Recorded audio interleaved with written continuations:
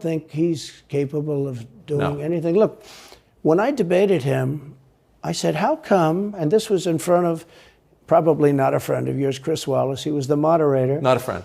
I said, why is it he wants to be Mike, but he doesn't have the talent? It's one of those bitchy little man. He wanted to be his father, but he didn't have the talent of his father was great. He's a little fussy man. His father interviewed me in 60 Minutes. It was actually a 10. Can you believe it? No, I totally believe his father had talent, at least. I may have been the only guy that he gave a good 60 Minutes to. He was rough. Really? His father was tough. He was great, though. He was great at what he did. But Chris Wallace was so upset.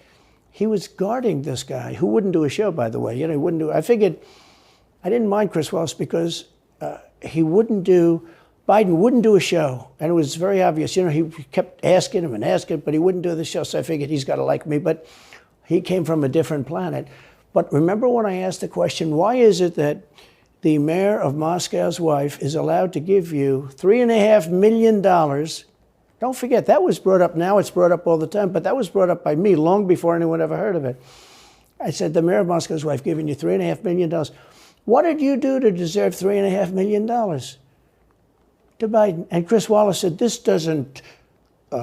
has nothing to do with the debate.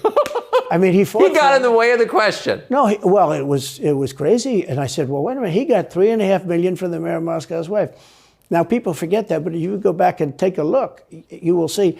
And Chris Wallace didn't want me to ask that question. I said, I think it's a very appropriate question. It turned out to be much more appropriate than people